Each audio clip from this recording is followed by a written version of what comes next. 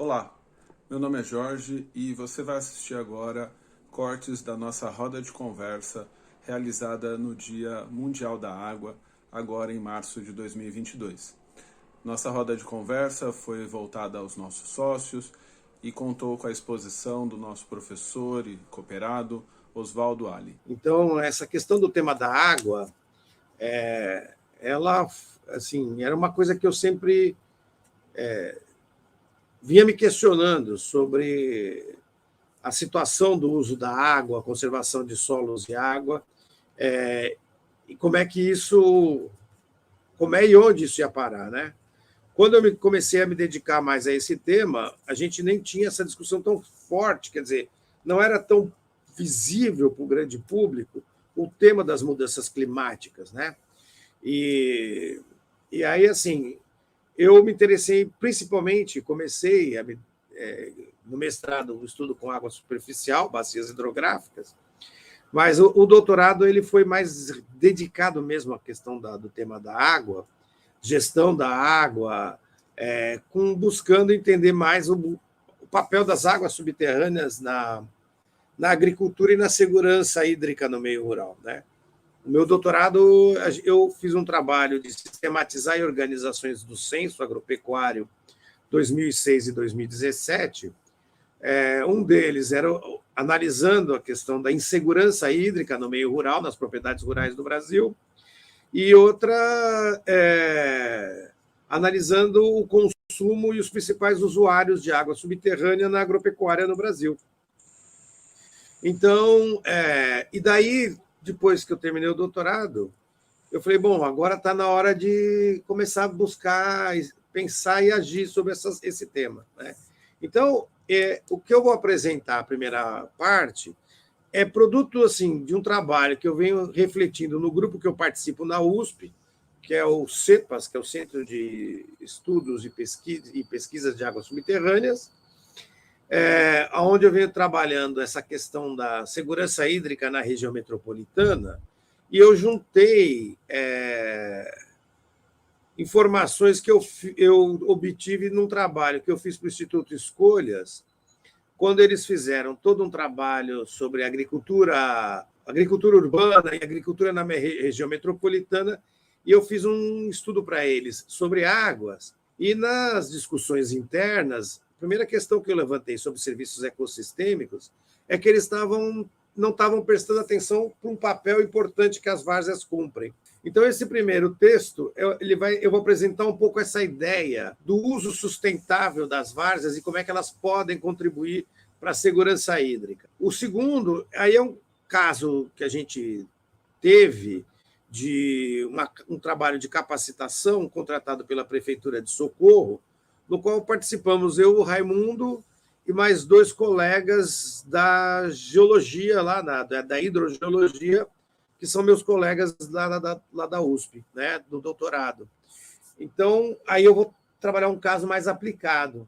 O primeiro é uma proposta em formulação a partir de alguns estudos que eu fiz e que outras pessoas fizeram. Bom, então, esse trabalho aqui, ele ainda é numa parte de concepção, a partir de somatória desse trabalho do Instituto Escolhas, que eu fui entrevistar aqueles assentados na várzea do Mogi, em Mogi das Cruzes, ali do lado de Mogi das Cruzes, que era aquela área que era da Santa Casa, que o INCRA desapropriou e fez uma regularização fundiária naquela área, né? Quando eu fui fazer esse trabalho para o Instituto Escolhas, eu vi que a várzea era toda sistematizada, tinha todos os aparelhos para fazer a drenagem, para manter o lençol freático baixo e tal. Eu falei, caraca, aqui cabe uma visão de uso múltiplo, né, que trabalha um papel que a várzea pode ter, garantindo uma produção agroecológica e que também pegue essa realidade de uma várzea e garanta a segurança hídrica nessa ideia dos serviços baseados na natureza. A base nossa de construção dos sistemas de abastecimento, ele está baseado na construção de grandes obras. Você faz grandes represas, aquedutos, transposições, tudo envolve assim um grande complexo de obras, que é o chamado paradigma hidráulico. Então, que você precisa de obras grandes, infraestruturas grandes e complexas para controlar a natureza. Essa é a base da infraestrutura que a gente vê em várias regiões metropolitanas, não só de São Paulo. Mas o que a gente vê?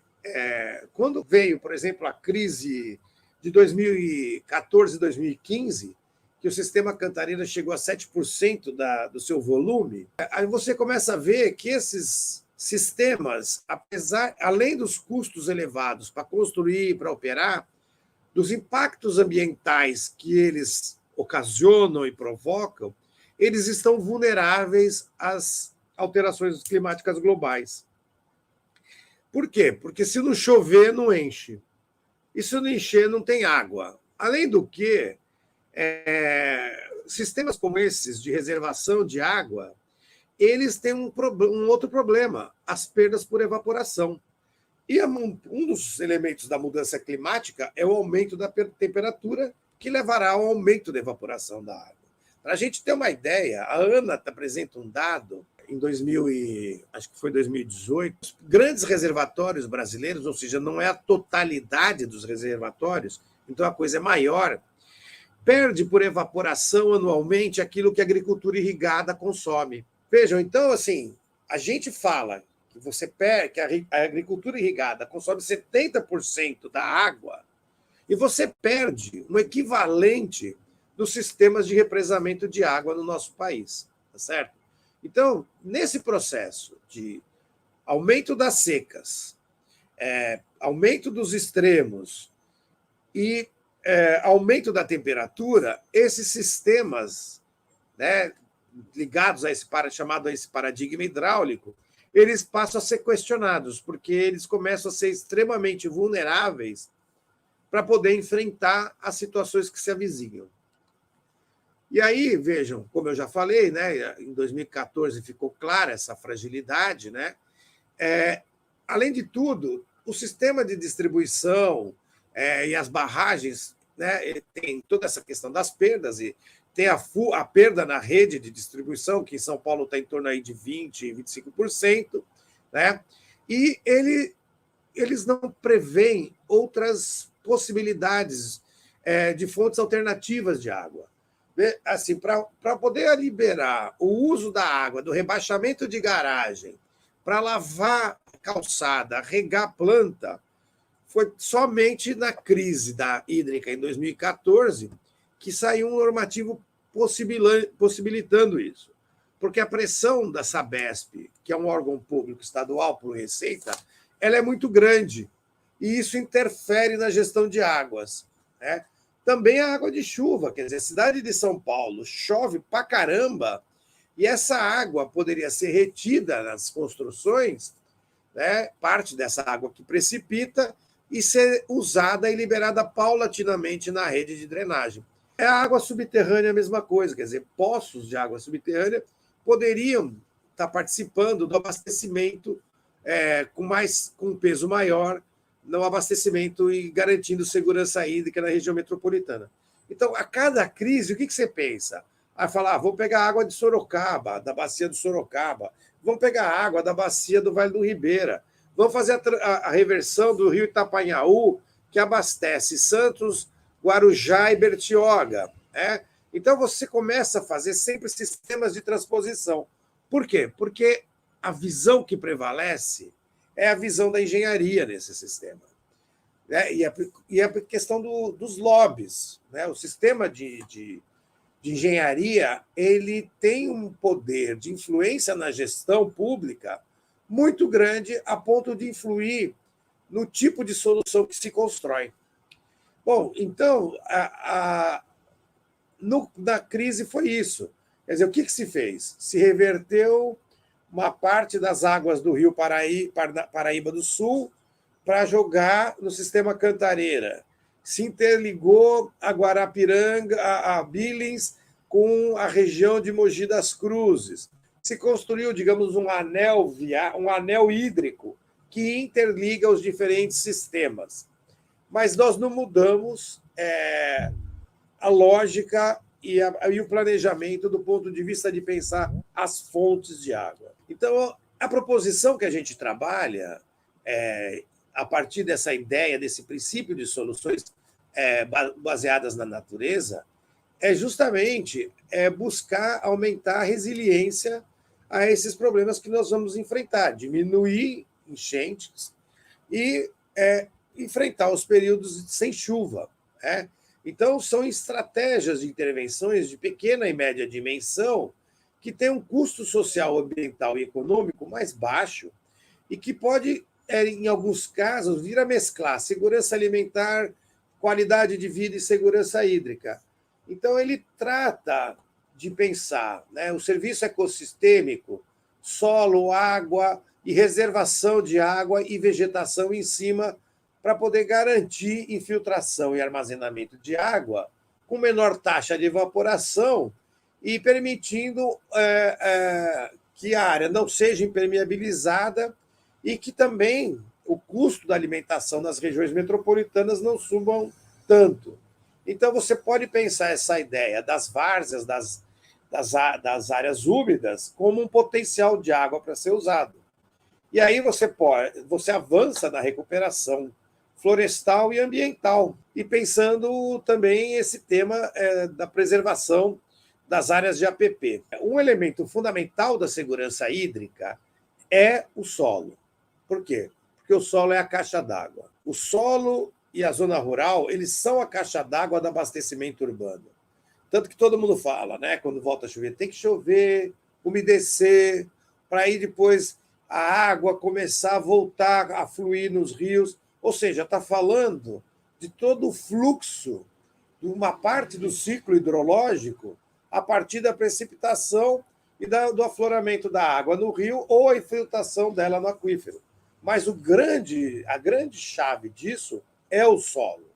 É ele o grande elemento a ser trabalhado na perspectiva de pensar a segurança hídrica. E quando a gente trabalha solo não impermeabilizado, isso permite a gente pensar também a questão da segurança alimentar.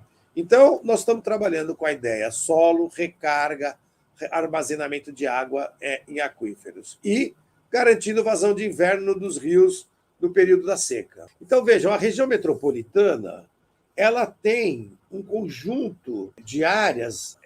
Quer ver, olha, aqui nesse mapa da região metropolitana, quando a gente olha essa área aqui, essas amarelas, principalmente, elas são áreas, uma parte delas são áreas de várzea.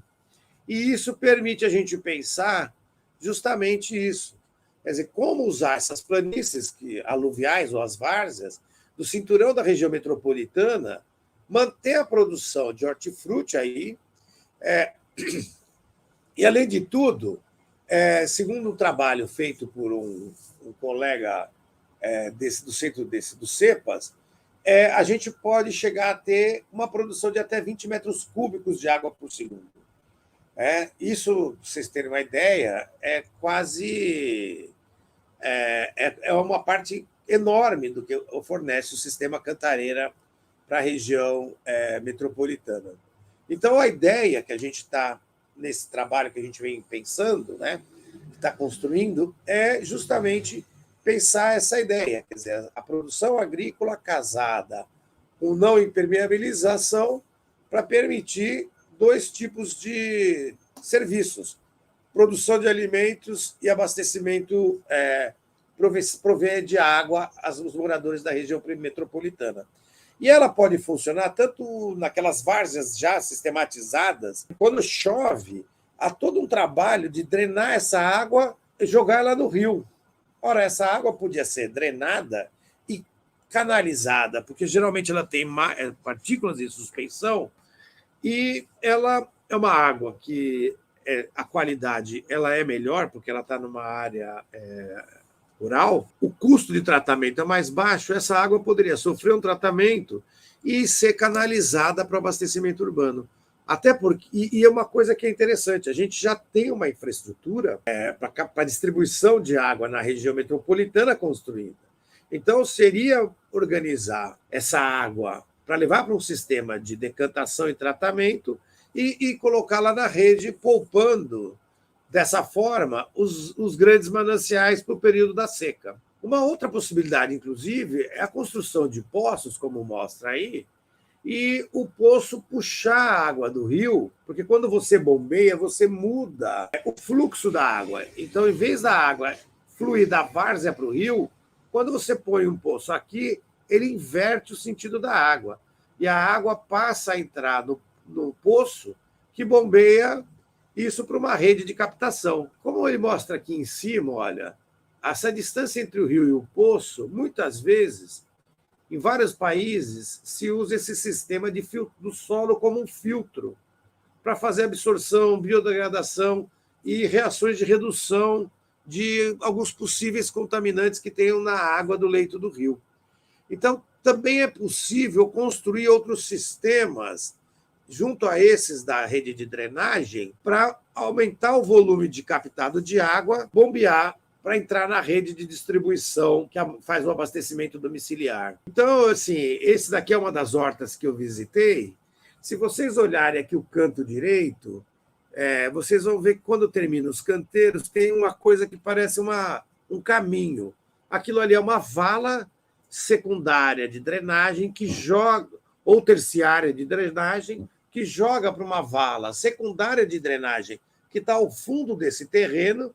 Tem todo um sistema de bombas para bombear essas águas, e isso tudo vai para uma outra rede maior e vai para o rio. Então, quando eu falo das várzeas, eu estou falando desse panorama que a gente está vendo nessa outra foto aqui. Toda essa área de várzea poderia ter seu uso cravado, impedindo a impermeabilização, de sorte a garantir abastecimento de água e segurança alimentar com alimentos saudáveis e oferta de emprego. E não só alimentos, né? Porque diminuiria de calor, né? Diminui o aquecimento, são áreas importantes de infiltração, quer dizer, um conjunto enorme de outras atividades de serviços ambientais podem ser acoplados a esse sistema, né? A gente acha que é viável esse sistema, ele tem baixo custo de investimento. Então, vejam, além de tudo, ele pode contribuir para a produção de alimentos e geração de emprego e renda, e ele chega, o potencial das várzeas, ele equivale a 70% do que é fornecido pelo sistema Cantareira, sem grandes investimentos. Então, garante a preservação das várzeas, ou seja, biodiversidade, né, da fauna, das áreas de APP, quer dizer, tem várias ações que podem ser desenvolvidas, quer dizer, todo esse processo de transição agroambiental que essas várzeas poderiam experimentar, né, para um outro modelo de desenvolvimento, buscando adaptar e enfrentar as mudanças climáticas. Aproveito para pedir para você se inscrever no canal, deixe o seu like e seu comentário.